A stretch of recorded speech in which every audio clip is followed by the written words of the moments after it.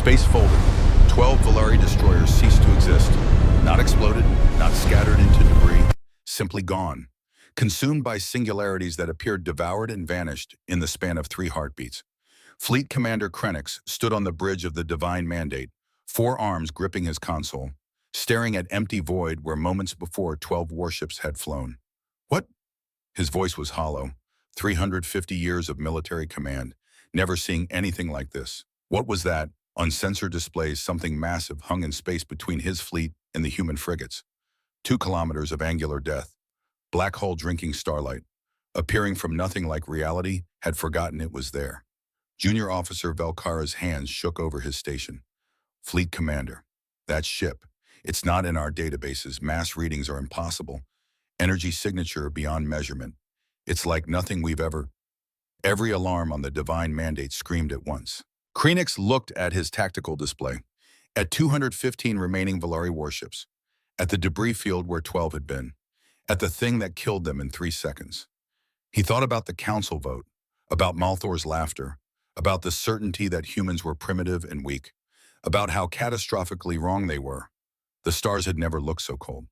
Captain Thaddeus Korvax stood on the bridge of the UES Revenant, watching the Galactic Council chamber on his main display. 12,000 light-years away, species who had ruled the galaxy for millennia gathered to decide humanity's fate. The decision had already been made. Korvax knew that. Everyone knew that. This was just ceremony. The polite fiction that human voices mattered. Korvax was 38 years old. Black hair touched with gray at the temples. A thin scar traced his left cheekbone, the mark of a decision made 3 years ago. The day his sister died in fire and vacuum because someone made a navigation error. He wore no medals. The operations that would have earned them were classified beyond classification. Simple black uniform, single silver bar on his collar, nothing decorative, nothing that caught light. Around him, 40 crew members worked in near silence, each one chosen for a posting that would never appear on any record, running missions that officially never happened, aboard a ship the galaxy didn't know existed. Admiral Nathaniel Voss stood beside him, 58 years old, gray hair cut military short, deep-set eyes that had seen 3 decades of quiet war. A jagged scar crossed his right temple, gift of shrapnel from a battle that never made the history books. Voss watched the same transmission, weathered hands clasped behind his back, professional calm, but his jaw was tight. On screen, Supreme Adjudicator Malthor rose from his elevated platform. 400 years old by Valari reckoning. 4 arms spread wide in theatrical contempt. Skin like burnished copper. 6 fingers on each hand tipped with ceremonial claws. Eyes black as void. Eyes that had never doubted their own superiority. The Council must address the human expansion problem. Malthor's voice carried the weight of pronouncing sentence. Their colonies spread like infection into territories they cannot defend. I present evidence of human military inadequacy. Holographic displays filled the chamber. Ship schematics, sensor logs, fleet compositions showing Earth's naval forces, ancient vessels, radiation shielding that leaked, engines burning dirty, weapons 2 generations out of date. This is their flagship, the UES Prometheus. The image rotated, boxy hull covered in what looked like rust, weapon batteries belonging in museums. Laughter rippled through the council chamber. 12 species, hundreds of representatives, all finding humor in humanity's weakness. Korvax's expression never changed. Might have been watching weather reports. Commander Elena Cross stood at tactical, 38 years old, auburn hair pulled back severely, green eyes sharp with intelligence. 8 years working with Korvax. She knew his tells, the slight tension in his shoulders. The way his hands rested on the armrests, not gripping, just resting. Ready. On screen, Malthor continued his performance. They named their warship after a god punished for reaching beyond his station. How fitting for a species reaching beyond its abilities. More laughter. The Krell representative made sounds like gravel grinding. The Malathon delegate's tentacles curled in mockery patterns. Voss shifted slightly. Small movement, barely perceptible. Easy, Korvax said quietly. I know. Voss's voice was flat. Doesn't make it easier. At the lowest platform sat Ambassador Ilara Ashford, 40 years old, former intelligence officer. Sharp features giving nothing away. Dark hair cut short and practical. Simple gray diplomatic dress, 6 hours of insults delivered with polite formality. 6 hours watching species who conquered stars before Earth developed fire debate. Human colonies like discussing pest control. Her expression remained neutral. Trained, perfect. Malthor gestured with one of his four hands. The Valari Dominion generously offers protective control of 3 human colony worlds in the Cascadia sector, for their protection, of course. Of course, the vote came quickly. 11 in favor, 1 opposed. Ashford cast humanity's lone dissenting vote, knowing it changed nothing. The council had decided before she entered the chamber. Ambassador Ashford, do you wish to make a statement for the record? She stood, gathered materials, movements precise, controlled. No statement. 2 words, delivered with perfect calm. She walked toward the exit, footsteps echoing in the corridor beyond, alone. When certain no one could see, she allowed herself something small. A smile. Cold.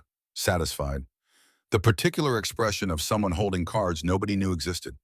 She touched her earpiece. 1 tap. Nothing more. 12,000 light-years away, Korvax's console chimed softly. Single encrypted burst. 4 words flashed on his private screen. Deterrent protocol authorized. Execute. Korvax read it once. Expression unchanged. Close the notification. Open shipwide channel. All hands. The Galactic Council has voted to authorize military action against human colonies in Cascadia sector. The Valari Dominion will deploy a fleet to enforce that vote. He paused. Let words settle. Our mission parameters have changed. We are no longer observing, no longer hiding. When that fleet arrives at Cascadia, we will be there to greet them. He closed the channel.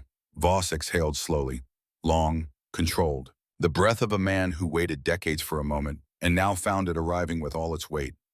47 years, Voss said quietly. 47 years letting them laugh, building in secret, watching them dismiss us. Yes. Korvax looked at the frozen image. Malthor mid-gesture. 4 arms spread wide, and now they learn why we let them laugh. Cross turned from her station. Captain, Valari fleet composition confirmed. 227 warships. Fleet Commander Krenix commanding from Divine Mandate. Korvax nodded slowly. Time to intercept? 4 days at fleet speed, direct route through Valari-controlled space. Set course, match their speed.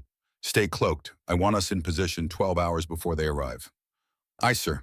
The Revenant altered heading. Silent, invisible. A ghost moving through dark between stars. Behind them in council chambers across the galaxy, species who spent half a century cataloging human weaknesses continued comfortable routines. Attended ceremonies. Made plans. Drew maps of territory they assumed was theirs to take. None looked at empty spaces between stars. None wondered what might be hiding there. Fleet Commander Krenix stood on the bridge of Divine Mandate, watching his armada stretch across the stars. 350 years old by Valari reckoning. 4 deep scars crossed his face. Battle marks from campaigns that expanded the Dominion by light years. 4 arms moved with practiced efficiency, checking displays, verifying targeting solutions, ensuring readiness. 227 warships. Heavy cruisers that could crack planets. Destroyers built for speed and firepower. Carriers loaded with fighter craft. Against this, humans had 7 patrol frigates. The math was not complicated. Krenix was a soldier, not a politician. He followed orders. Executed missions with precision and professionalism. When the council voted, he obeyed. But something about this mission troubled him. Junior Officer Velkara stood at sensors. 35 years old, young for a Valari. Ambitious, bright eyes still holding idealism. 7 years under Krenix, learning warfare from a master. Fleet Commander, I must report something unusual. Krenix turned, one hand gestured for report. Military formal. Proceed. 12 scout ships entered human space over 6 months. Standard reconnaissance. Deep penetration. I am aware. What is the issue? Only 3 returned, sir. Krenix's eyes narrowed. 6 fingers drummed against console. Equipment failure. That was initial assessment, but the 3 that returned reported anomalies. Gravitational distortions in empty space. Sensor ghosts. Navigation beacons adjusted by millimeters. Coincidence? Space is vast. All 12 ships, sir. Velkara's voice carried careful doubt. Different models, different crews, different sectors. 9 ships lost to the same coincidence. Krenix was quiet. He had not survived 350 years dismissing warnings. But fear of the unknown could paralyze decision-making. What is your assessment, Officer Velcara? I believe the humans know more than we think. I believe they have capabilities we haven't detected. Based on what missing scouts and sensor ghosts, based on the fact they expanded into Cascadia despite knowing we claimed it first, based on their ambassador sitting through 6 hours of insults, never looking afraid, based on a species with primitive technology somehow maintaining colonies at our territory edge without constant reinforcement. Krennic considered. Velcara was young, untested in real war, but not stupid. Your concerns are noted. However, we have our orders. The Council voted. The Dominion committed. We proceed. Yes, sir. Velcara returned to his station, expression troubled. Krennic noticed. He always noticed. Good commanders knew their crew. The fleet moved through space at calculated velocity. 4 days to Cascadia. 4 days of quiet transit through space, Valari controlled for centuries. Krennic stood at his viewport staring at stars streaming past. Thought about 9 missing scouts. Thought about an ambassador who smiled when she should have looked defeated. Thought about cold certainty in her eyes when she cast her meaningless vote. Something whispered at the back of his mind, the instinct that kept him alive through 3 centuries. The small voice saying danger approaches. He ignored it. Orders were orders. Behind the Valeri fleet, keeping perfect pace at 400 kilometers, something that wasn't there adjusted course to match. The observation deck of UES Revenant showed the universe in cold beauty. Stars scattered like diamonds on black velvet, nebulae glowing distant, the infinite dark between all things. Captain Korvac stood alone at the viewport. Reflection ghosted against stars. Gray at temples catching faint light. Eyes focused on something distant only he could see. The door opened softly. Admiral Voss entered, moved to stand beside him. 2 men who worked together 15 years, who trusted each other with secrets that could change the galaxy, who both paid prices most would consider too high. Silence for long minutes, comfortable with it. No need to fill quiet with meaningless words. Finally, Voss spoke. You're thinking about her. Not a question, a statement. 3 years, Korvac said quietly. 3 years since Valari accidentally bombarded Archimedes' research station. 47 civilians killed, my sister among them. Accidental, Voss repeated. The word carried weight. That was their official statement. Navigation error. They paid compensation. 5,000 credits per casualty, as if credits could replace lives. Korvac's hands clasped behind his back. Military formal. Knuckles white. I joined Guardian program the next day. Volunteered for every mission. Spent 3 years learning these ships, their capabilities. How to use them. Not for revenge, Voss said carefully. No, Korvac's voice was firm. Justice, there's a difference. Revenge is personal, emotional. Justice is necessary, proportional, professional. Voss nodded slowly. He understood. 30 years of decisions that cost lives. 30 years carrying weight. The Valari don't know what's coming. No, they don't. Are you ready for what happens after? Korvac turned to face him. Eyes steady, clear. I've been ready since I buried an empty coffin. Since they told me there wasn't enough left to send home. Since I stood at a memorial and heard them read 47 names and call it an accident. He paused, drew breath. But this isn't about her anymore. It's bigger. This is about every human who died because the galaxy thought we were too weak to matter. Every colony paying protection, money to pirates. Every insult Ambassador Ashford sat through. Every vote we lost because we lacked strength to demand respect. We have that strength now, Voss observed. We've had it 47 years. We chose not to use it, chose to build in secret, to prepare, to wait until demonstration would matter most. And that moment is now. That moment is now, intercom chimed. Cross's voice carried through. Captain to bridge, receiving tactical updates from Cascadia Defense. Both men moved toward the door, professional, efficient, men who had done this 1,000 times. The bridge showed controlled chaos, crew at stations, screens displaying multiple data streams, forward display showing tactical overview of Cascadia system. Cross turned as Korvac took his command chair. Captain Octavia Reeves reports defensive positions established. 7 frigates in formation. Cascadia defense grid at full power. Civilian evacuation 73% complete. Time until Valari arrival. 16 hours, sir. Korvac studied the display. 7 small icons representing human frigates. Brave ships, good crews, completely outmatched. Signal Captain Reeves. Inform her we're in position. We observe until rules of engagement are met. If Valeri attempt planetary bombardment, we intervene. Until then, hold ground and trust the plan. Aye, sir. Voss leaned out closer, spoke quietly. She won't run. I know. Would you? Oh, no. Neither would I. That's why they're out there. That's why we're here. Hours crawled past. Korvax watched countdown, watched Valeri fleet approaching on long-range sensors, watched 7 human frigates holding their impossible line. At 8 hours remaining, he addressed the crew. All hands, in 8 hours Valeri arrive at Cascadia. They demand surrender. Captain Reeves refuses. They threaten bombardment. At that moment, rules of engagement authorize intervention. Until then, we observe only. I know this is difficult. Watching our people face 227 warships without revealing ourselves goes against every instinct. But discipline wins wars. Patience saves lives. Hold your posts. Trust the plan. Crew responded with focused silence. No cheers, no battle cries, just professional acknowledgement. These were not children playing at war. These were veterans understanding the weight of what came. Korvac settled into his chair, closed eyes briefly, thought about his sister, her laugh, her brilliant mind, how she explained quantum mechanics like poetry, how she died because someone made an error. He opened his eyes, personal grief locked away, compartmentalized. He was not Thaddeus Korvax whose sister died. He was Captain Korvax commanding the most powerful warship in known space. The distinction mattered. All stations report, he said calmly. Weapons ready. All systems green. Cloaking field maximum efficiency. No emissions detected. Power core at 87%, ready to surge on command. Shield standing by, can raise to full in 0.3 seconds. Navigation locked, can move to engagement range in 42 seconds. Korvax nodded. Professional satisfaction. Now came the hardest part. Waiting.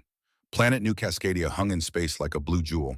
Oceans covering 60% of surface. Green continents traced with rivers. White clouds swirling. 12 million humans called it home. Cities and valleys. Farms on plains. Lives that mattered. Captain Octavia Reeves stood on the bridge of UOS defiant. 42 years old. Thin scar crossed her left eyebrow. Gift of shrapnel from pirate raid 5 years ago. Short dark hair touched with premature gray. Eyes that had seen too much combat and still held focus. Her flagship was one of 7 frigates. Small ships. Fast. Well-armed for their size. But still, just frigates. Designed for patrol, not for standing against battle fleets. Bridge crew worked with practiced efficiency. Young officers, veterans of border conflicts, people who chose to stand between their homes and whatever came from the dark. Lieutenant Maya Torres sat at communications, 29 years old, brilliant with signals intelligence. She intercepted Valeri fleet transmissions 3 days ago, gave them warning, time to prepare. Captain, Torres said, receiving transmission from planet surface. Dr. Maria Reeves requesting private channel. Octavia's expression softened slightly. Only slightly, enough that crew noticed. Put her through, my ready room. Octavia stepped into small office adjacent to bridge. Screen activated. Maria's face filled it. Dark hair pulled back. Exhaustion visible. Medical scrubs. Blood on one sleeve. Working triage 16 hours. Tavi, Maria said. Private nickname. Only she was allowed. Mari. They looked at each other across distance. Octavia in orbit aboard Warship preparing for battle, she couldn't win. Maria on surface coordinating evacuations at Port Haven's largest hospital. 73% evacuated, Maria reported. Professional, clinical. The masks they wore when duty called. Underground shelters at capacity, emergency supplies distributed, medical teams briefed on mass casualty protocols. Good, that's good. Tavi, I need you to promise me something. Anything. If it comes down to it, if they start firing on the planet, don't die trying to stop them. Fall back, survive. Octavia was quiet for a long moment. I can't promise that. I know. Maria's voice cracked slightly, just slightly. I know you can't, but I had to ask. We've got support coming. I can't tell you details. Classified. But we're not alone. We just need to hold the line until help arrives. Do you trust this help? With my life. With all our lives. Maria nodded slowly. Then I trust them too, because I trust you. They looked at each other. Years of partnership, years of love, years understanding that duty sometimes meant sacrifice. I love you, Maria said. I love you too. See you after. After. Screen went dark. Octavia allowed herself 10 seconds. 10 seconds to feel fear, love, weight of responsibility. Then locked it away. Became Captain Reeves again. Walked back onto bridge. Lieutenant Torres, shipwide channel. Channel open, Captain. Octavia's voice carried through all 7 frigates. This is Captain Reeves. In 14 hours, Valeria arrived with 227 warships. They demand we surrender our homes, threaten our families, expect us to run. She paused. We're not running. We're not here because we think we can win. We're here because our homes are worth defending, our families worth protecting. Sometimes standing your ground matters more than surviving the day. Another pause. But I won't lie. Won't promise easy victory. The odds are terrible. 227 against 7. But we're not alone. I've been informed support is positioned. Support that will intervene if Valeria attempt orbital bombardment. Our job is simple. Hold the line. Trust that help comes when needed. She drew breath. All ships. Form defensive line. Position between planet and system edge. Update your families. Say what needs saying. Then man your stations. Channel closed. 7 frigates moved into position. Perfect formation. Precise spacing. UAS Defiant at center. 3 ships port. 3 starboard. A line of light between New Cascadia and the dark where Valeria would arrive. Torres turned from her station. Captain, receiving message from you, ES Revenant. Text only. Quote, we see you. We honor your courage. When the moment comes, we will be there. End quote. Octavia nodded slowly. She had never seen Revenant. Guardian ships were classified beyond her clearance, but she knew they existed. Knew they were humanity's secret. Acknowledged. All hands to battle stations. Condition 1 throughout the ship. This is not a drill. Alarm sounded. Red lights flashed. Crew moved to posts. Weapons powered up. Shields online. Targeting computers locked onto preset coordinates. Minutes turned to hours. Hours crawled toward the moment Valeria would arrive. Octavia sat in her command chair. Thought about Maria. About their house in Port Haven. The garden Maria tended with such care. Growing tomatoes that never ripened properly in Cascadia's weak sunlight. Quiet mornings. Coffee on the porch. Plans for the future. She thought about it all. Memorized it, in case she never saw it again. Then locked it away. Became the captain. The professional. The soldier. Time to contact. 6 hours, Captain. Maintain stations. Rotate shifts every 2 hours. I want everyone fresh. Aye, Captain. The wait continued. Valeria fleet decelerated into Cascadia system with perfect precision. 227 warships dropping from faster than light in coordinated formation. Display of power. Demonstration of capability. Message that said we are inevitable. Fleet Commander Krennic stood on Divine Mandate Bridge. Tactical display showed everything. 7 human frigates in defensive formation. Planet behind them. Civilian traffic fleeing toward outer system. 4 arms moved across control surfaces. Checking, verifying, ensuring readiness. Junior Officer Velcara monitored sensor feeds. Expression troubled. Something in data bothered him. Something he couldn't identify. Fleet Commander. Unusual gravitational patterns in system. Nothing on visual, nothing on thermal, but mass calculations don't match visible objects. Krennic glanced at data, frowned. Debris, asteroids, dark matter. Space is full of mass we can't always see. Yes, sir, but this feels deliberate, like something large maintaining position relative to our formation. There is nothing there, Officer Velcara. Focus on confirmed contacts. Yes, sir. But Velcara kept monitoring, kept watching, instincts saying something was wrong. Krennic's opened fleet-wide channel. All ships, standard engagement formation, carriers deploy fighter screen, heavy cruisers forward, destroyers on flanks. I want overwhelming visual presence. Fleet repositioned, moving with practiced efficiency. Formation designed to intimidate as much as fight. Krennic's opened direct channel to human flagship. Human vessel Defiant. This is Fleet Commander Krennic of Valeri Dominion. You are in violation of Galactic Council Resolution 743. Power down weapons. Stand down shields.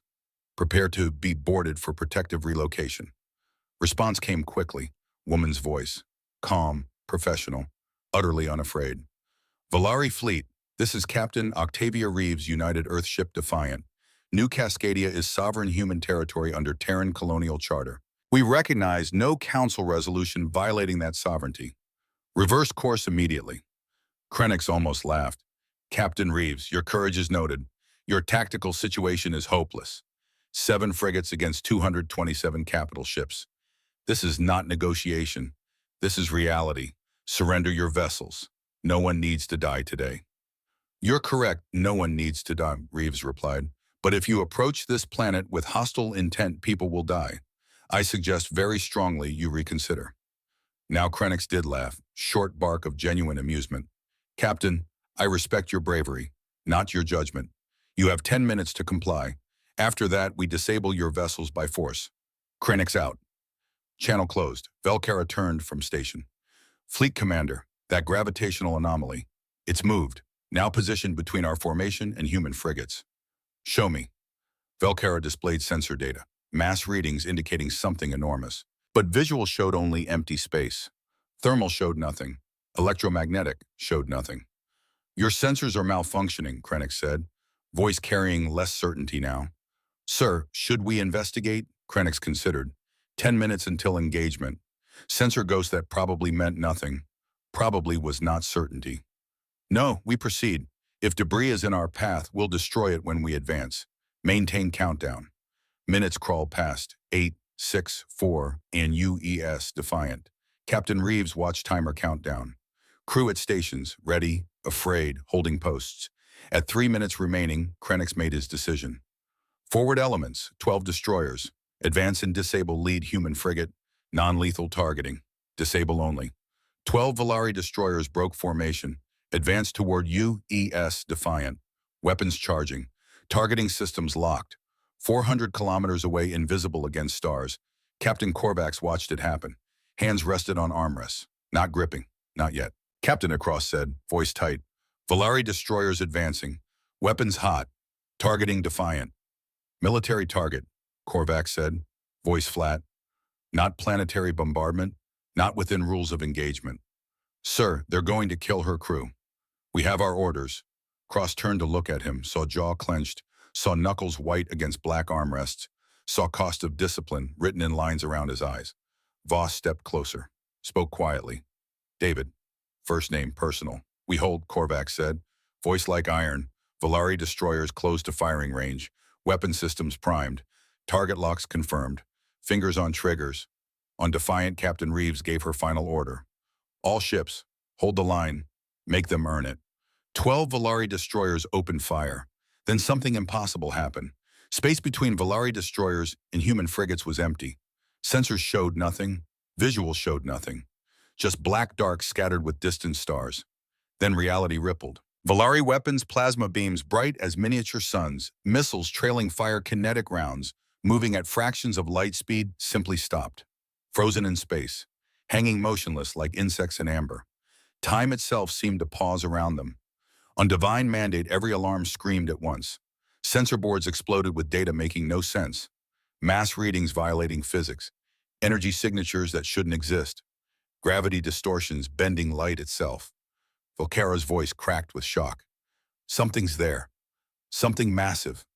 Fleet Commander, something is there. A shape appeared, not gradually, not fading into view, just suddenly present, as if it had always been there, and reality was only now remembering to show it. 2 kilometers of angular death hung in space between Volari destroyers and their targets. Hull plating so black it seemed to drink starlight, edges sharp enough to cut perception itself. No running lights, no markings, no concession to being seen. UES Revenant had decloaked. Fleet Commander Krennic stood frozen, 4 arms gripping console, staring at something his mind struggled to process. What? He whispered. What is that? 12 Volari destroyers hung in space, weapons still locked on human frigates, crews still at battle stations. But now something else was in the way, something that swallowed their attacks like a man swallowing water. Captain Korvax stood on Revenant's bridge, face calm, voice steady. Weapons, singularity pulse, targeted containment, 12 sources, execute. Singularity pulse armed, targeting locked, firing. No visible beam, no missile launch, no kinetic round, just space folding in on itself. Around each of 12 Volari destroyers, gravity suddenly inverted, matter compressed, hulls crumpled like paper in fist, metal shrieked, armor collapsed. Crews screamed for 3 seconds before vacuum and death found them. 3 seconds exactly. Krennic counted them. 1, 2, 3. 12 destroyers became 12 points of absolute darkness, singularities consuming themselves. Then even those vanished, collapsing into nothing, taking 3,840 Valari crew with them.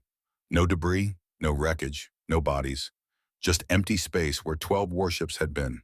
Total silence on divine mandate. Every crew member staring at displays confirming the impossible. 12 ships, gone. 3 seconds. No survivors. Krennic's voice when it came was hollow. What are we facing?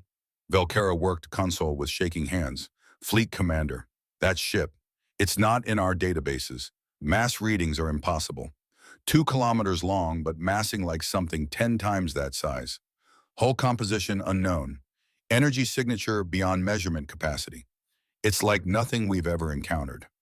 Krennic felt something he had not felt in 350 years. Not since he was junior officer in first real battle. Something cold and primal. Fear. His training took over. Decades of military discipline, centuries of command experience. All ships, full combat alert, target that vessel. Every weapon, concentrated fire, destroy it, now. 215 Valari warships turned their weapons on Revenant. Every plasma cannon, every missile battery, every kinetic gun. Enough firepower to crack a planet's mantle and boil its oceans. They fired. Galaxy watched. Council emergency session activated. Every species monitoring conflict. Every sensor platform in range recording. Thousands of weapons converged on Black Ship. Visual display was almost beautiful. Beams of coherent plasma bright as stars. Missiles streaming fire. Kinetic rounds invisible except for passage through cosmic dust. All focused on one target. Revenant disappeared. Every Valari weapon hit empty space. Explosions bloomed where ship had been. Detonations visible from light years away. Energy release equivalent to stellar events. Nothing. Ship was simply gone. On divine mandate, Krennic stared at displays. Where did it go? Where did it go? Fleet commander, Velkera's voice carried despair. Behind us. Krennic spun. Tactical display rotated. There. 3 seconds had passed. Revenant now hung in space at rear of Valari formation. 2 kilometers of impossible technology, completely untouched. Voice came through on all frequencies. All channels, every Valari ship simultaneously. Calm, professional, absolutely certain. This is Captain Thaddeus Korvax, United Earthship Revenant. You fired on human vessels, threatened human civilians. Under Terran Articles of Defense, this constitutes an act of war. We accept your declaration. Krennic found his voice. One ship. You think one ship changes anything? We have 215 warships remaining. You cannot. Revenant fired, beam of pure darkness, coherent gravity. Physics weaponized beyond anything Galaxy had seen. It crossed void faster than light itself. Struck Valari heavy cruiser on fleet's port flank. Ship didn't explode. It came apart. Sliced perfectly in half, lengthwise. Both halves drifting away from each other. Atmosphere venting, crew tumbling into vacuum. Power cores going critical.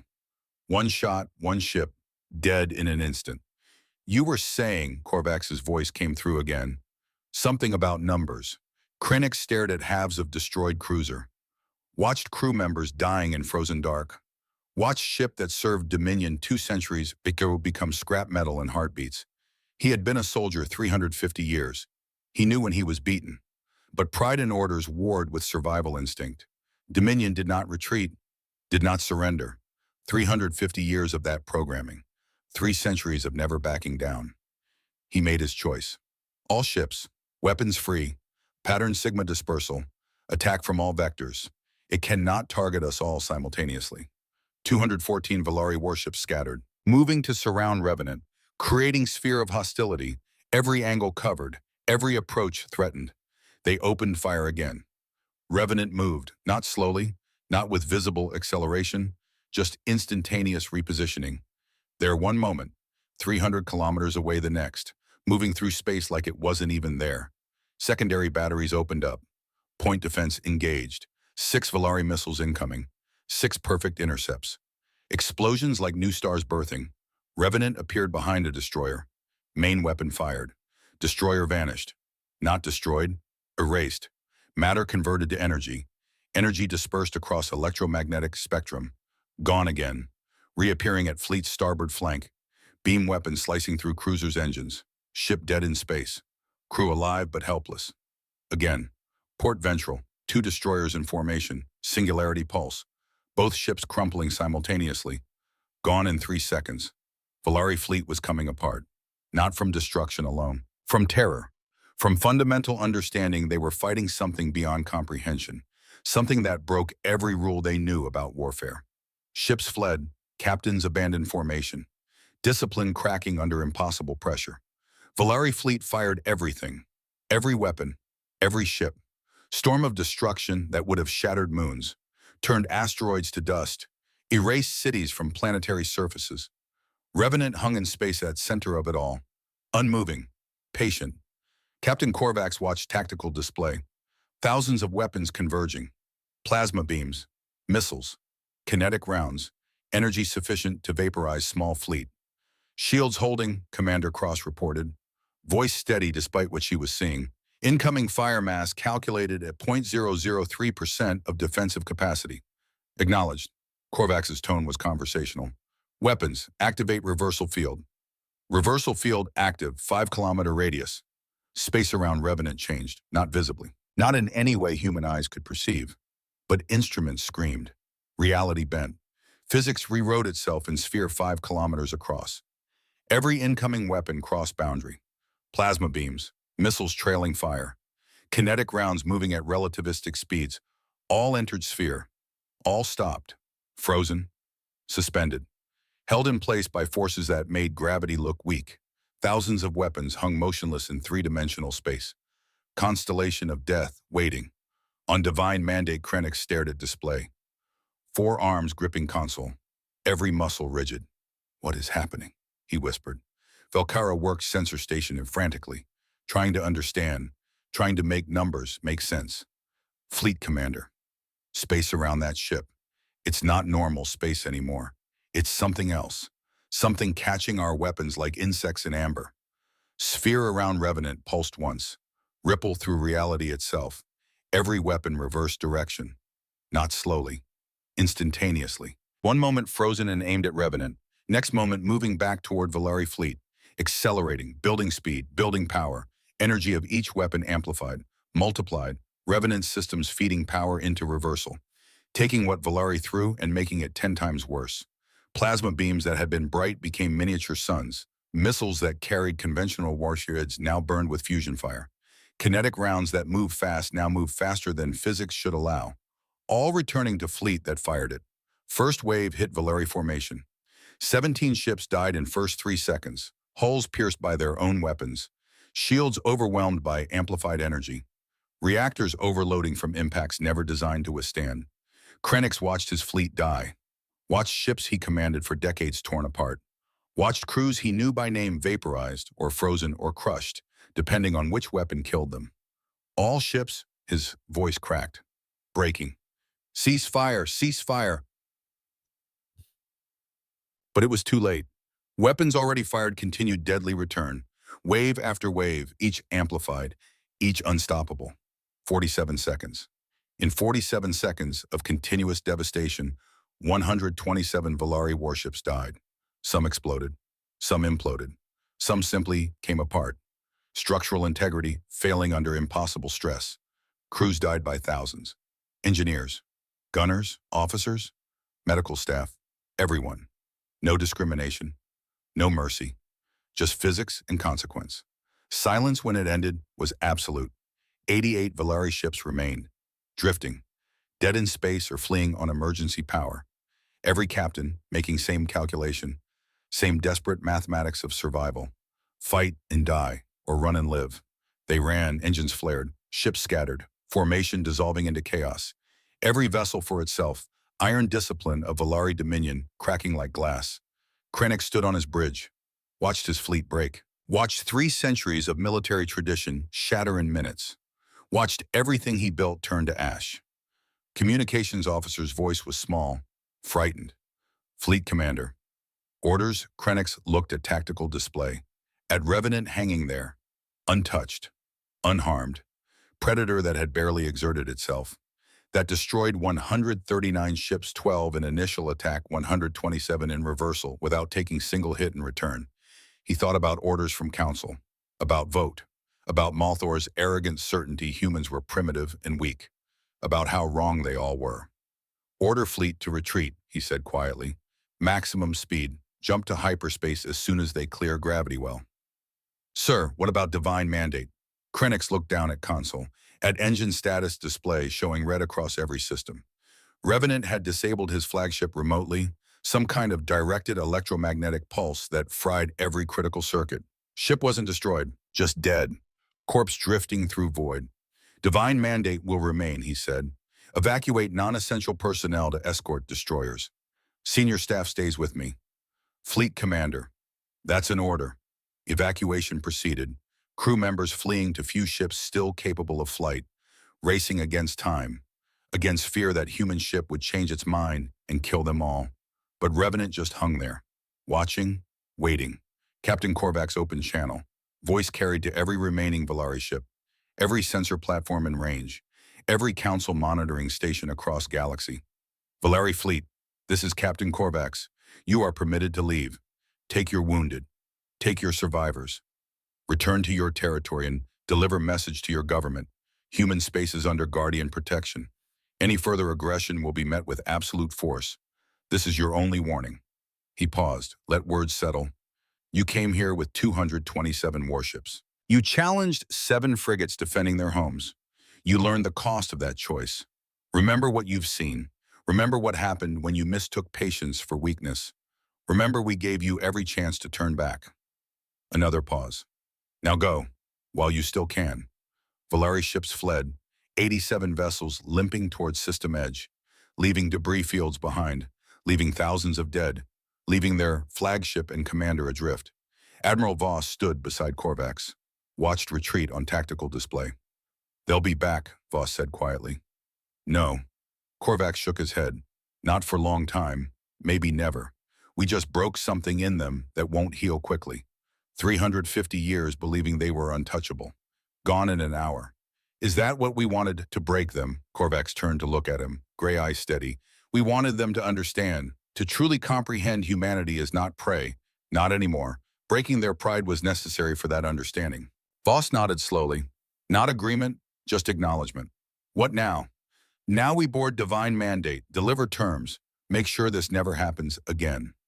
Divine mandate drifted powerless. 2 kilometers of dead metal and darkened corridors. Life support running on emergency batteries.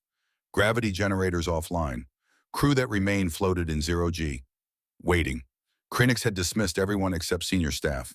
10 officers, veterans all, people who deserved to see this through, to face what came next with dignity. They gathered on bridge, gripping handholds, watching viewports. Revenant approached slowly, not with weapons hot, not threatening, just steady and inevitable. Shuttle detached from human ship. Small craft, barely visible against stars. It crossed void between vessels. Matched velocity with drifting Valari flagship. Docked with main airlock. Krennic's second-in-command looked at him. Fleet commander, we could resist. Seal bulkheads. Make them fight for every corridor. Ooh, Krennic shook his head. No, we lost. Honorably, we don't add feudal resistance to list of mistakes today. When they board, we receive them as military officers receiving victors. With dignity. Yes, sir. Minutes passed. Krennic's imagined boarding party moving through his ship, through corridors he walked for decades, past compartments where crew lived and worked and built lives in service to Dominion. All ending now. Bridge doors opened. 4 human soldiers entered first. Armor that looked like shadow given form. Black and angular. Moving with professional precision. Weapons ready but not aimed. Trained, competent, alert. They swept bridge, confirmed no threats, took positions by door. Then came officers. Captain Korvax entered. 38 years old, black hair touched with gray at temples, scar on cheekbone visible in emergency lighting. Simple uniform, no medals, just single silver bar on collar. Admiral Voss followed. 58 years old, gray hair, deep-set eyes that had seen too much. Scar on temple reminder of old battles. Moving with careful deliberation of age and experience. Both men stopped, stood at military attention, faced Krennic's across bridge. For long moment, no one spoke. Just two groups of soldiers, winners and losers, enemies who shared fundamental understanding of service and duty. Korvax broke silence. Fleet Commander Krenix, I am Captain Thaddeus Korvax, United Earthship Revenant. This is Admiral Nathaniel Voss. We request permission to board. Formal words, as if permission mattered when his ship was dead and fleet scattered. But Krenix appreciated gesture, acknowledgement of protocol. Permission granted, Captain. Welcome aboard Divine Mandate, though I'm afraid our hospitality is somewhat limited at present. Ghost of humor, dark, but present. Korvax nodded. We won't keep you long. We have terms to deliver. He produced datapad, held it out. Krenix pushed off from handhold. Floated across bridge in zero gravity. Took pad. Their hands briefly touched. Human and Valeri, enemies an hour ago, now just soldiers doing jobs. Krenix activated pad. Raid terms displayed, 4 eyes moving down screen. Taking it all in. Immediate withdrawal from all human territories, he read aloud. Reparations for the attack. Formal Galactic Council recognition of human sovereignty and military capability. He looked up. And if we refuse, Voss spoke for first time. Voice carried weight, an authority of age and experience. You won't refuse, Fleet Commander. You're a soldier, not a politician. You know when you're beaten. You know when cost of continued fighting outweighs any possible gain. Krenix was quiet, studying two humans, younger one calm and professional, older one showing weight of command in every line of face. 350 years, Krenix said slowly. I have served Valeri Dominion 350 years, conquered 19 worlds, won 42 major engagements, built reputation on victory. He gestured at viewports, at debris fields visible in distance, at wreckage of his fleet. 1 hour, one ship, all of it gone. Korvax's expression softened slightly. Understanding in gray eyes. I'm sorry it came to this. We didn't want war. We wanted to be left alone, to build our colonies, raise our families, exist without galaxy treating us like insects to be crushed when convenient. You have strange way of wanting to be left alone, Krenix observed. Building ships like Revenant. We built them in response to exactly this, Voss said. 50 years of being dismissed, attacked, our people killed with impunity, compensation paid in credits as if that could replace lives. We decided that had to stop. Krenix looked at datapad again, at terms laid out in precise language. These terms are reasonable. Given your capabilities, you could demand much more. We could, Korvax agreed. We could demand your surrender. Dissolution of Valeri Dominion. Occupation of your homeworld. We have power to enforce it. He paused. We choose not to, because that's not who we are. We're not conquerors, we're protectors. Krenix floated there, holding datapad, thinking about his crew, about survivors fleeing toward Valeri space, about political storm that would hit when news of defeat reached home, about Malthor's arrogance, about Council's certainty humans were primitive and weak, about how wrong they all were. I will deliver these terms, he said finally. I will report what happened here. I will recommend acceptance. That's all we ask, Korvax said. Krenix looked at him, really looked, saw weariness behind professional calm, saw weight of command, saw fellow soldier who understood cost of what they'd just done. Captain Korvax, may I ask you something? Yes. If circumstances were different, if we had not come here with hostile intent, if our species had met as equals, do you think we could have been allies? Korvax considered question, took it seriously. Yes, he said finally. I think we could have. You're a professional, a soldier. You follow orders. Under different orders, we might have stood on same side. But not today. Not today. Krenix nodded slowly, understanding. Then I hope someday circumstances do change, that our species can meet again without weapons drawn. So do I, Fleet Commander, so do I. Voss stepped forward, extended hand, human gesture. Krenix had studied human customs, knew what it meant. He reached out with one of 4 arms. They shook, brief, formal, acknowledgement between professionals. We'll restore your ship's main power before we leave, Voss said. Life support, communications, enough to get you home safely. Rest is up to your engineers. That's generous. We destroyed your fleet, killed thousands of your people. We don't need to add cruelty to that list. Korvax moved toward door, soldiers falling in behind. At threshold, he paused, looked back. Fleet Commander, one more thing. When you report to your government, when you tell them what happened here, make sure they understand. We gave you every chance to turn back. We sent warnings, we showed restraint. You chose to proceed. Consequences were inevitable. I will make that clear, Captain. Good, because next species that tests us might not get same consideration. We've proven what we can do. We won't need to prove it again. Humans left. Bridge doors closed behind them. Krennics floated alone with senior staff, holding datapad, thinking about everything that changed in one terrible hour. 20 minutes later, Divine Mandate systems came back online. Power flowing, lights returning, gravity generators engaging, crew settling back to deck with grateful relief. On main viewer, Revenant turned away, began moving back toward human frigates. Still protecting, still ready. Still undefeated, Galactic Council chamber had been built to impress, to intimidate, to remind every species of their place in ancient hierarchy. Today it served different purpose. Emergency session, every representative present, every platform active. Chamber filled with shocked silence. Main display showed footage from Cascadia battle, recorded by automated sensor platforms, by Valari tactical systems, by dozen different sources, all showing same impossible thing. 12 Valari destroyers imploding in 3 seconds. 127 ships destroyed by their own reversed weapons. 2-kilometer vessel moving through space like physics was optional. Ancient Counselor Theron presided. 890 years old. Oldest living being in chamber. Skeletal frame on skin like old parchment. Eyes that had seen civilizations rise and fall. He sat in central elevated position usually reserved for speaker. But this was no ordinary session. This required wisdom of age. Council will come to order. Voice was thin, reedy with age, but carried authority, centuries of it. Murmuring stopped. 12 species, 47 representatives, all focused on center. We have reviewed footage, Theron continued, verified authenticity, confirmed casualty reports. 139 Valari warships destroyed, approximately 42,000 crew members killed, all in span of 1 hour, by single human vessel. He paused. Let that sink in. Question before this council is simple. What are we dealing with, and how do we respond? Krell representative spoke first. Gravel-voiced, uncertain. Counselor Theron, our analysis suggests weapon systems observed are beyond any known technology.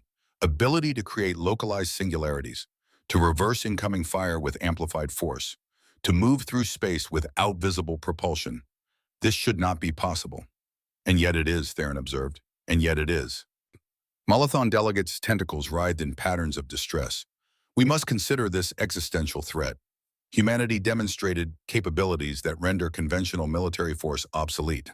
If they choose aggression, no species is safe. They chose defense, they encountered, not offense. Valari attacked human territory. Humans responded. Proportionally, one might argue. Proportionally, Molothon's voice rose. They destroyed 139 ships against 227 that came to conquer their colonies. Mathematics suggest restraint. They could have destroyed entire fleet. They chose not to. Silence greeted that observation. Chamber doors opened. Ambassador Alara Ashford entered. 40 years old, former intelligence officer. Sharp features, short dark hair, simple gray diplomatic dress. But today something was different. Her platform didn't remain at lowest position. It rose, elevated by remote command, moving up through tiers of hierarchy, until it stopped at center. Level with Theron himself, equal status, message was clear. Humanity was no longer weakest voice in chamber. Ashford stood on platform, looked around at assembled species, met their eyes, one by one, reading fear, uncertainty, respect where before there had been only contempt. She spoke calmly, professionally. Honorable counselors, I stand before you today under very different circumstances than my last appearance. 48 hours ago, you voted to authorize seizure of human colonial territories. You laughed at our supposed military inadequacy. You dismissed our concerns.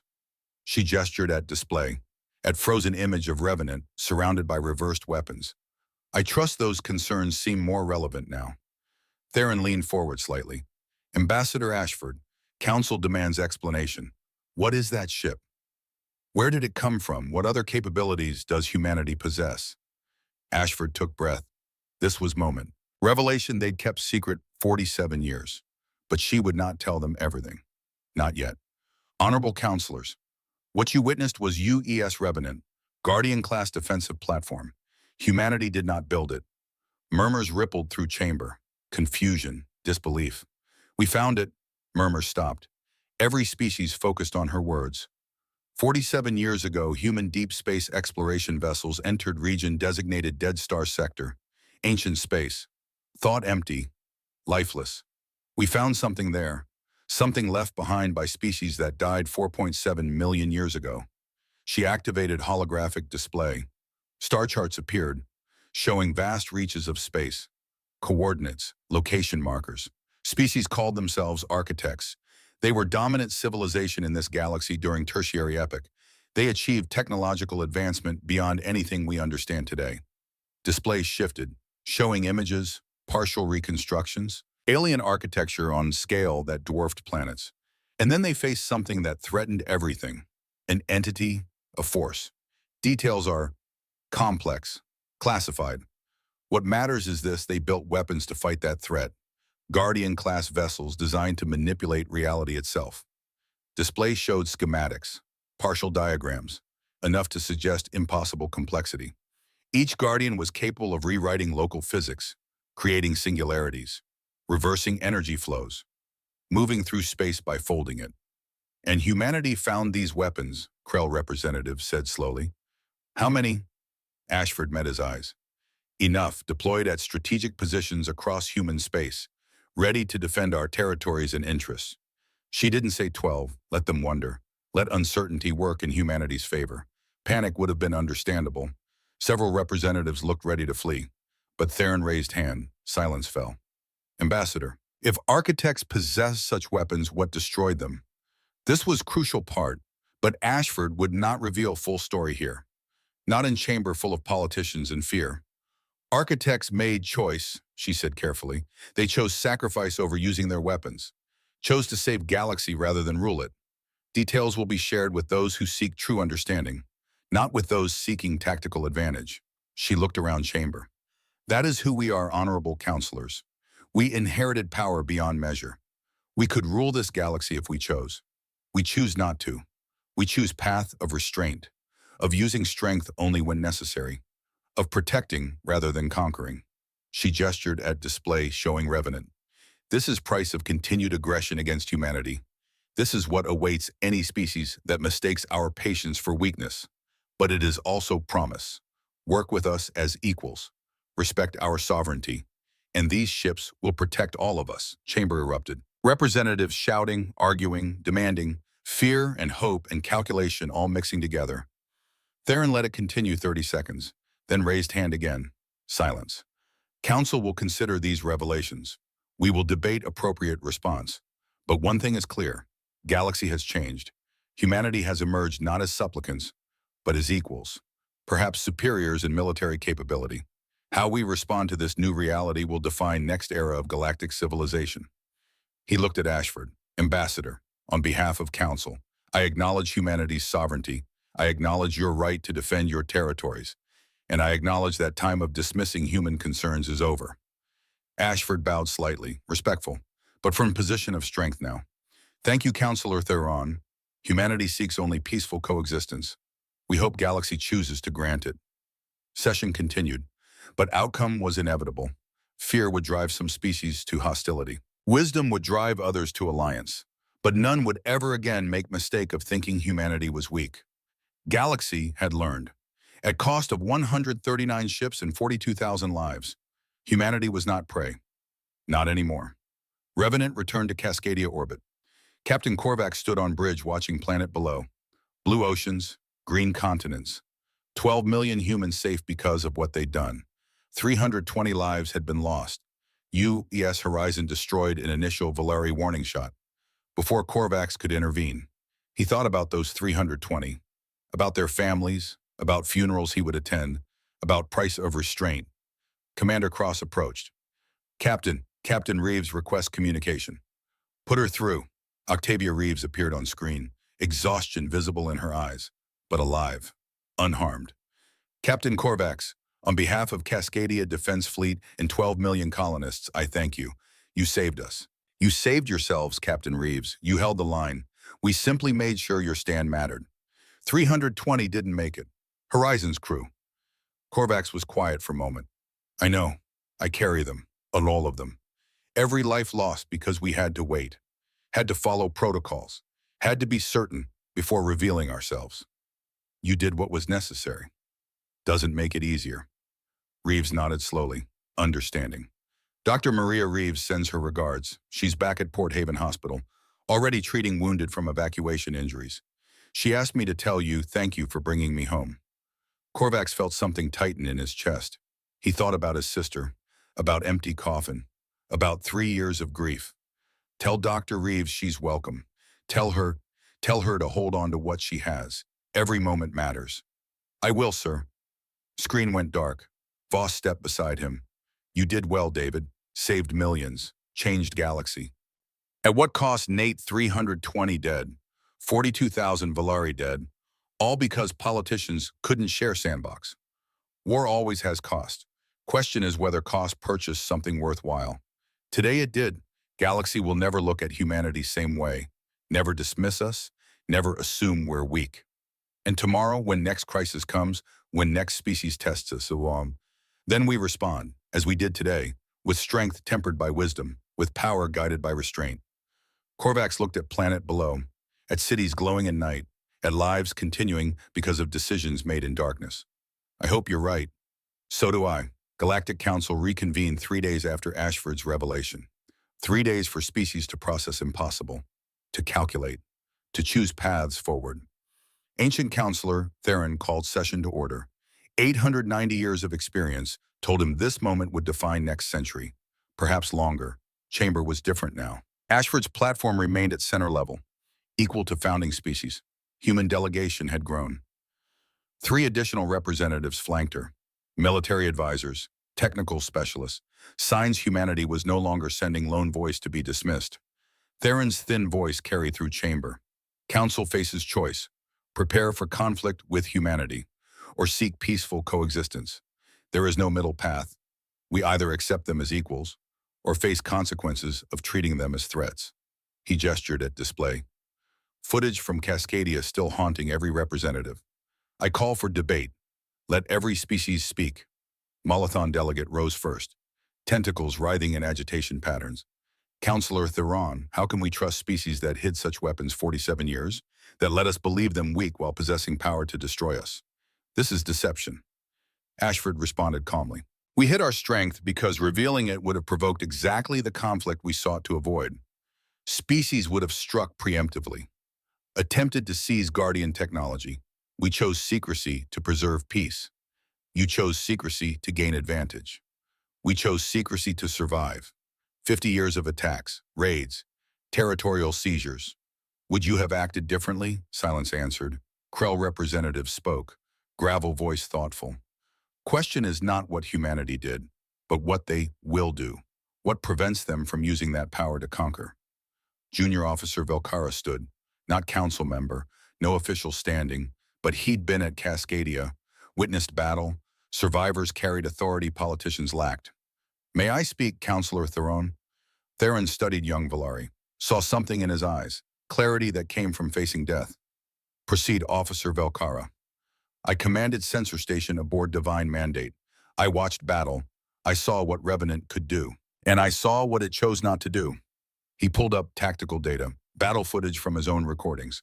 At 14 separate moments during engagement, human ship had clear shots at our flagship. At Fleet Commander Krenix. At concentrations of remaining vessels. Perfect opportunities to maximize casualties. Footage played, each moment highlighted, each missed opportunity shown in stark detail. They took none of those shots. They disabled ships when they could have destroyed them, allowed evacuation when they could have prevented it, let 88 vessels escape when they could have annihilated all. He looked around chamber. That is not behavior of conquerors. That is behavior of defenders. Species who hold power but choose restraint. I was there, I saw it, and I believe them. Chamber murmured. Velcara's testimony carried weight. He had nothing to gain from defending humanity, every reason to seek revenge. Theron nodded slowly. Your words are noted at Officer Velkara. Three more representatives rose. Arguments presented: fear versus pragmatism, old prejudices versus new realities. Debate stretched hours. Finally, Theron called for vote. Question before council: do we seek peaceful coexistence with humanity or prepare for conflict? Those in favor of peace. 7 platforms glowed blue. Affirmative votes. Species choosing wisdom over pride. Those opposed. No platforms illuminated. 0 votes for war. Abstentions. 5 platforms glowed amber. Species choosing neither path. Waiting to see which way wine blew. Motion passes. 7 in favor. 5 abstaining. None opposed. Council formally recognizes humanity as sovereign power with full rights and protections. He paused. Let weight settle. I will personally lead delegation to Sol System to formalize this recognition, to establish terms of peaceful coexistence. Theron looked at Ashford. Ambassador. Will humanity receive us? Ashford stood, bowed slightly. Respect between professionals. Humanity will welcome you, Counselor Theron. We seek what we have always sought: peace, partnership, future where our children can look at stars with hope instead of fear. Session adjourned. Galaxy had chosen its path. Diplomatic vessel departed 5 days later. Small ship by galactic standards. Crew of 40, minimal armament, flying under flags of truce. Counselor Theron led delegation. 890 years old, making perhaps final journey. Last great act of statesmanship. Officer Velkara accompanied him, promoted to ambassador in training. Survival and testimony marked him as someone who understood new reality. Someone who could build bridges instead of walls. Journey would take 4 days. 4 days through void. 4 days for Velkara to study humanity. He sat in ship's archive surrounded by data streams.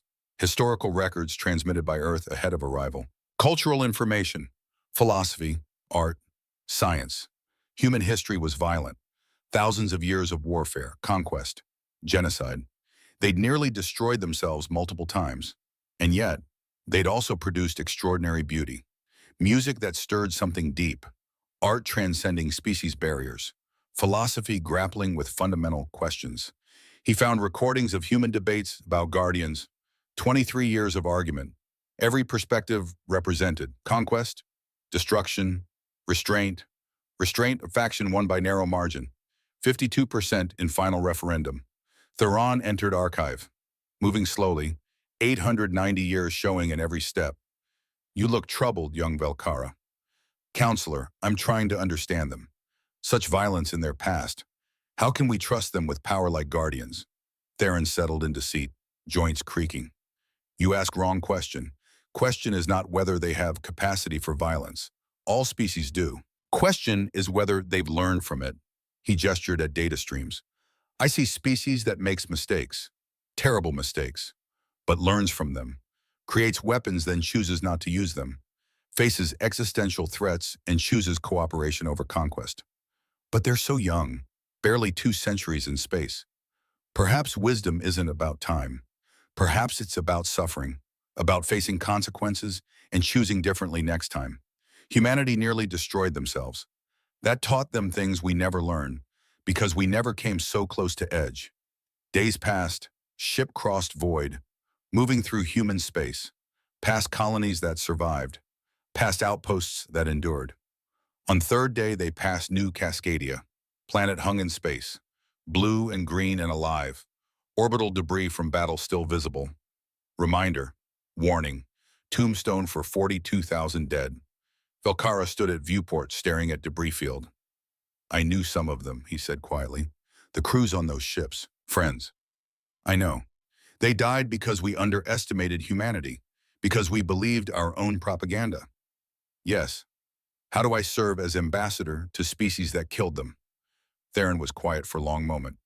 You serve by ensuring their deaths meant something, by helping build peace that prevents future deaths, by honoring their sacrifice through wisdom instead of revenge.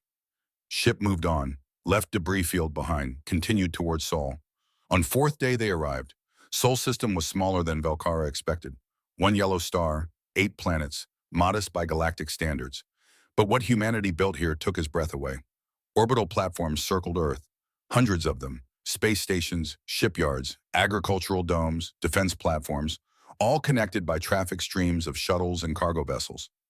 Mars showed terraforming signs, atmosphere generators, ice mining, domed cities glowing against red desert, asteroid belt partially harvested, mining operations on scale speaking to centuries of development. And there, high orbit above Earth, massive structures, Guardian fleet. Volcara stared, ships like Revenant, each one 2 kilometers of angular depth, arranged in perfect formation, silent sentinels watching over humanity's birth world. Communication came through, human voice, professional, welcoming. Diplomatic vessel from Galactic Council. This is Sol Traffic Control. We have you on approach vector. You'll be met by escort at lunar orbit.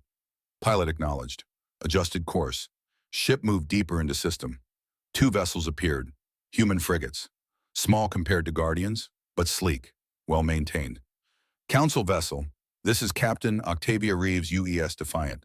Will escort you to orbital station. Welcome to Earth. Volcara recognized name. Captain who held line at Cascadia. Willing to die defending home. Now serving as honor guard for former enemies. Journey to high orbit took 2 hours. Volcara stared at Earth. Beautiful, blue oceans covering most surface. Green and brown continents. White ice at poles. Clouds swirling. Cities visible as light clusters on night side. Living world. Vibrant, full. 8 billion humans. Each living under protection of Guardian ships. Each secure knowing their species would never again be dismissed. Orbital station loomed ahead. Massive structure. Rotating sections for gravity. Docking ports for hundreds of vessels. They docked. Went through customs. Security screening. All professional. Courteous. But thorough. Then escorted to conference chamber. Large room. Floor-to-ceiling windows showing Earth below. Simple furniture. No attempt to intimidate. Captain Korvax was waiting. 38 years old. Black hair touched with gray. Scar on cheekbone. Simple uniform. Silver bar on collar. Standing at military attention. Admiral Voss stood beside him. 58 years old. Gray hair. Deep-set eyes. Scar on temple. Weight of command visible in every line of weathered face. Both had been at Cascadia. Both witnessed what Guardians could do. Both carried that knowledge like burden. Korvax spoke first. Counselor Theron, Ambassador Volcara, welcome to Earth. I'm Captain Thaddeus Korvax. This is Admiral Nathaniel Voss. We're honored by your presence. Theron bowed. Ancient gesture. Respect between equals. Captain Korvax, Admiral Voss, thank you for receiving us. We come seeking understanding. And peace. Both are welcome here. They sat. Humans on one side of table, galactic delegation on other. Not as enemies, as representatives trying to find common ground. You want to know about Guardians, Voss said. Not question. Statement. Yes, Theron confirmed. Ambassador Ashford revealed their origin, but we seek deeper understanding. Korvax and Voss exchanged glances. Silent communication, years of partnership allowing conversation without words. We'll show you, Korvax said finally. But you need to understand, what you're about to see will change how you view galaxy, how you understand reality. There's no going back.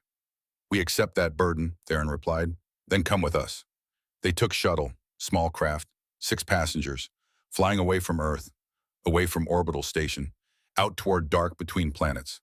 Volcara watched through viewport, wondering where they were going. Shuttle approached what sensors showed as empty space. Then something appeared. Not ship, not station, something else. Structure that hurt to look at. Geometry bending wrong. Angles existing in more than 3 dimensions. Colors without names. Construct simultaneously seeming ancient beyond measure and fresh as tomorrow. Architect's archive, Voss said quietly. We found it with First Guardian. Intact. Waiting. Shuttle docked. They passed through airlock that shouldn't exist. Into corridors defying physics.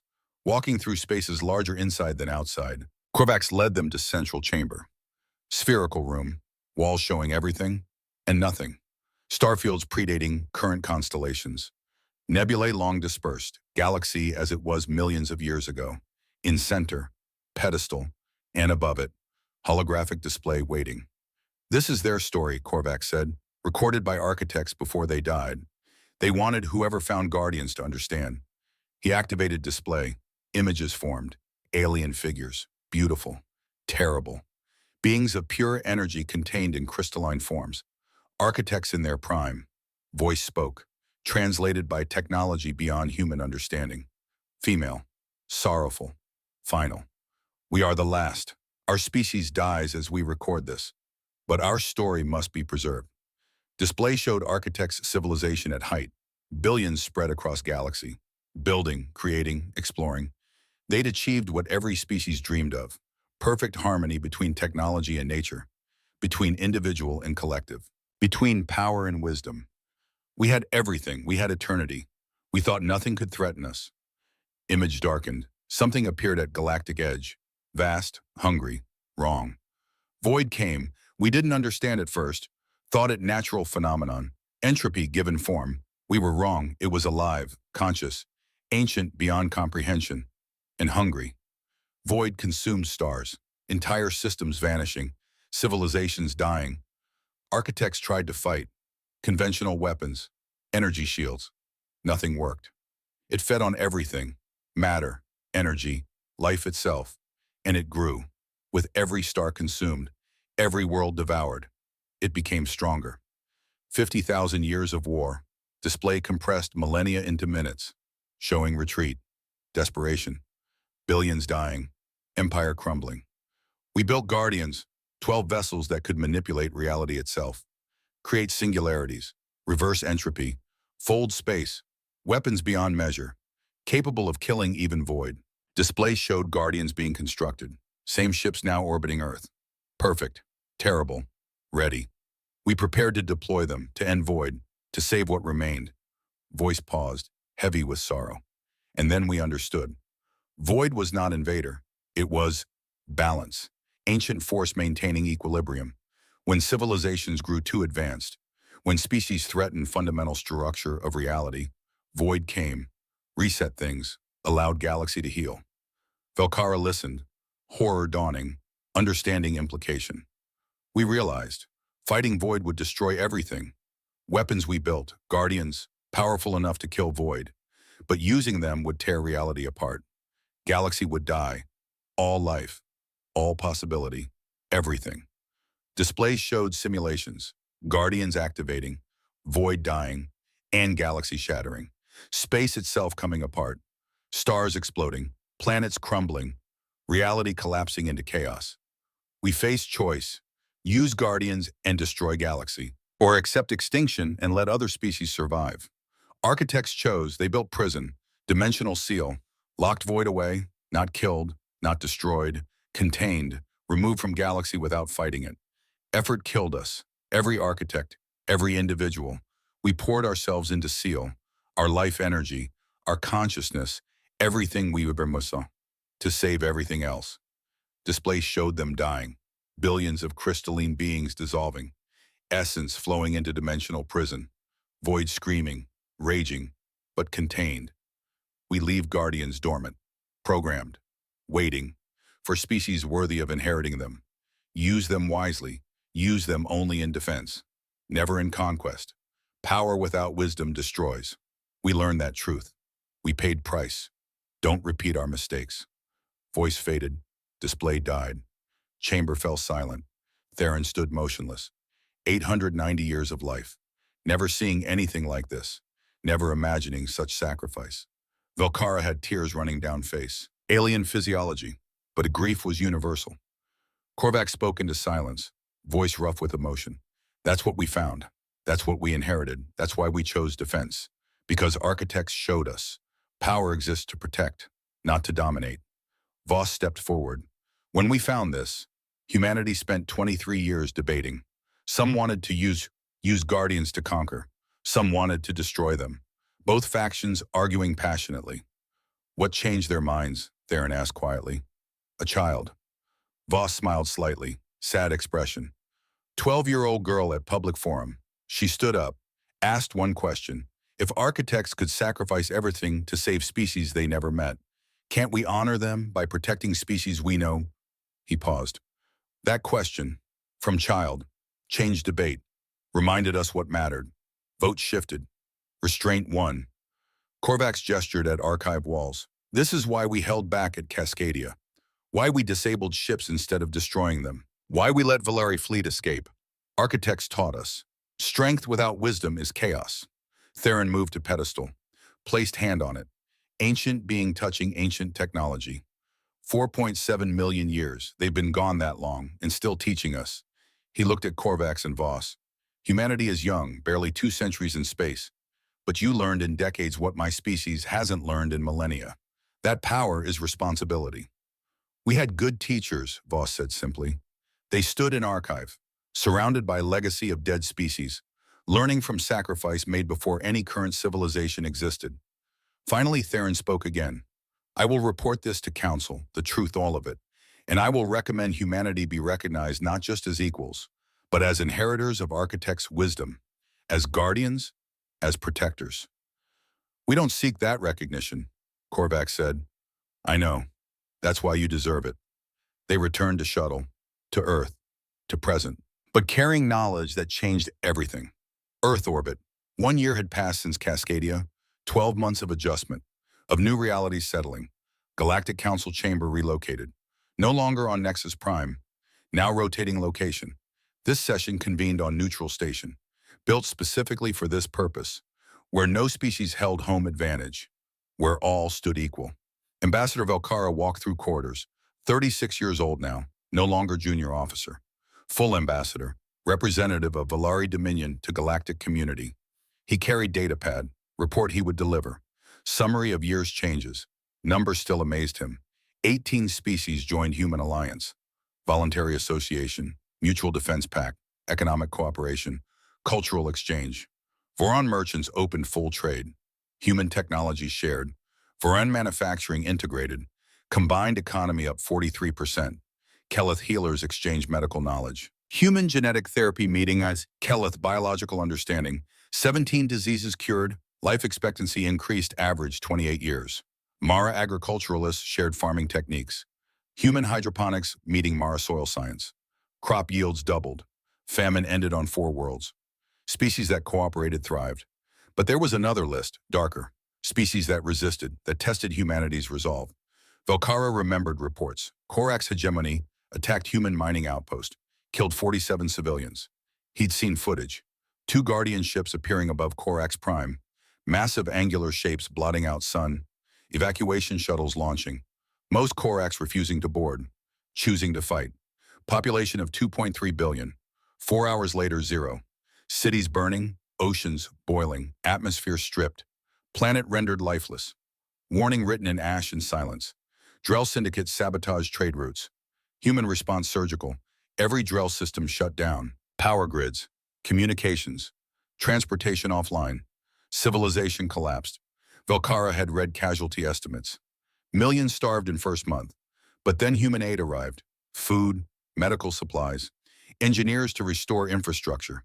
Punishment for government, not for people. Synthetic Collective attempted to hack Guardian systems. Every AI network in collective space froze simultaneously. Dead civilization. Remnants being assisted now. But message was clear. Some lines could not be crossed.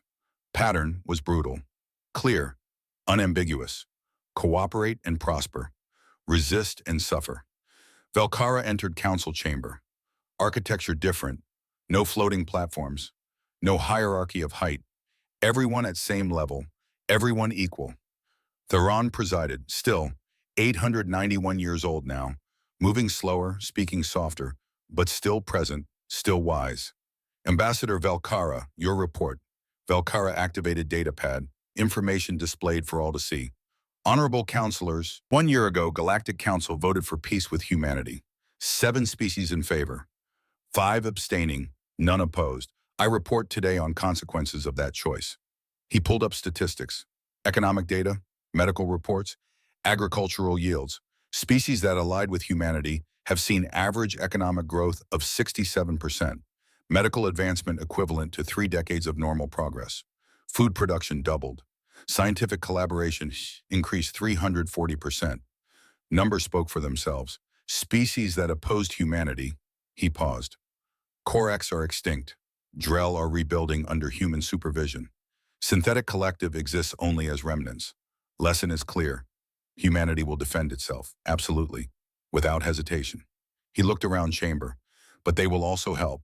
Drell who starved during system collapse. Humanity sent food, medical supplies, engineers to restore infrastructure. They punished government, not people. They destroyed threat, not civilization. In Korax, someone asked. Korax attempted genocide. Humanity responded proportionally, but offered evacuation opportunities. Only 17% accepted. Rest chose to fight. That was their choice, and their end. Theron leaned forward slightly. What is your recommendation, Ambassador Velkara? Full integration. Complete alliance. Evidence is overwhelming. Cooperation with humanity benefits everyone. Resistance benefits no one. We should formalize what already exists. Debate proceeded, but outcome was inevitable. Pragmatism would win. Finally, Theron called for decision. Formal resolution. Recognize humanity as galactic co-protectors. Equal authority with founding species. Full partnership in galactic governance. Those in favor. 47 platforms illuminated. Green lights. Affirmative. Those opposed. Silence. Darkness. 0 votes against. Abstentions. 3 platforms. Species still uncertain. Resolution passes. 47 in favor. 3 abstaining. None opposed. Humanity is formally recognized as galactic co-protectors. Theron looked at human delegation, Ambassador Ashford, Captain Korvax, Admiral Voss. Ambassador Ashford, does humanity accept this responsibility? Ashford stood, bowed, spoke carefully. Humanity accepts, with humility, with gratitude, and with commitment to principles architects taught us. Power serves life. Strength protects weak. Wisdom guides action. Session concluded. Galaxy had chosen its future. Velkara found himself at observation deck afterward, looking out at stars. Voice spoke behind him. Quite a view. He turned. Captain Korvax, human who destroyed his fleet, standing there, looking at same stars. Velkara's first instinct was anger, grief, but he remembered archive, architect's sacrifice, choice between destruction and protection. It is, he said simply. Korvax moved to stand beside him. I'm sorry, Korvax said quietly, for what happened at Cascadia, for people who died. I know some were your friends. Why apologize? You won, we lost. War is never just about winning and losing. It's about cost. Price paid by people who didn't make decisions. Your friends followed orders. They deserve better. Velkara was quiet for long moments. What's strongest thing in universe? Captain Korvax. Korvax turned to look at him, gray eyes steady. Not ability to destroy, choice not to use it. Architects taught you well. They taught all of us. We just listened. They stood together, human and Valari, former enemies, future partners. Do you think it will last? Velkara asked. This peace, I think we'll make it last because alternative is unacceptable. Because we've all seen what happens when power goes unchecked. Because architects showed us better way. Velkara nodded slowly. I hope you're right. So do I, Ambassador. 3 weeks later, Earth's surface. Theron's ship prepared for departure. Formal ceremonies complete. Treaties signed. New era begun. But Theron requested one more thing. One final experience. Korvax and Voss escorted him down to Earth, to planet itself. First time in 891 years, Theron stood on world with open sky. They landed in meadow, grassland, mountains in distance, stream running nearby, birds singing, wind moving through trees. Simple, beautiful, alive. Theron stepped out of shuttle, felt grass under feet, breathed air that tasted of growing things, looked up at blue sky. 891 years, he said softly. I have lived in space stations, artificial environments. I had forgotten what living world feels like. Children played nearby, human children, running, laughing, building things in dirt. All small chaos of young life. Theron watched them, ancient eyes seeing hope. They don't know, do they, what protects them, what watches while they play. No, Voss said. They know they're safe. That's enough. Korvax pointed to sky, to orbit, where guardian ships hung invisible against stars. Those ships exist so these children can play without fear, so parents can raise families, so old people can tend gardens. That's what guardians protect. Life, in all its messy, chaotic, beautiful forms. Theron sat on rock, felt sun on face, listened to stream, birds, children. Perhaps humanity isn't only species with wisdom, he said finally, but you were first to understand what architects really meant. Power exists to protect moments like this. We learn from best teachers, Korvax replied. They sat together, three beings, different species, different ages, different experiences, but united in understanding. Galaxy had changed. Humanity emerged from obscurity, revealed strength, changed balance of power. But real change was deeper. For first time in galactic history, for first time since architects died, power and wisdom existed in same hands. Not guaranteed to last. Nothing was guaranteed, but it was possible. And possibility was enough. Theron stood eventually. Time to leave, to return to duties, to help build future they'd chosen. Thank you for showing me this, for reminding me what we're protecting. Thank you, counselor, for giving humanity chance, for choosing wisdom over fear. They walked back to shuttle. Behind them, children continued playing. Life continued living.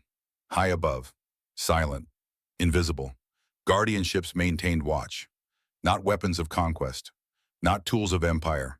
Protectors, as architects intended, as humanity chose, as galaxy now understood. Future stretched ahead, unknown, full of challenges, full of possibilities. But for first time in a long time, Galaxy looked at that future with hope. Hope that power could serve life, that strength could protect weak, that wisdom could guide action. Hope that architects' sacrifice had not been in vain. And in meadow on earth, children played in sunlight, unaware, unafraid, protected by guardians they would never see, by defenders who asked nothing in return, by species that learned hardest lesson. Most important truth, strongest force in universe is not power to destroy. It is choice not to use it.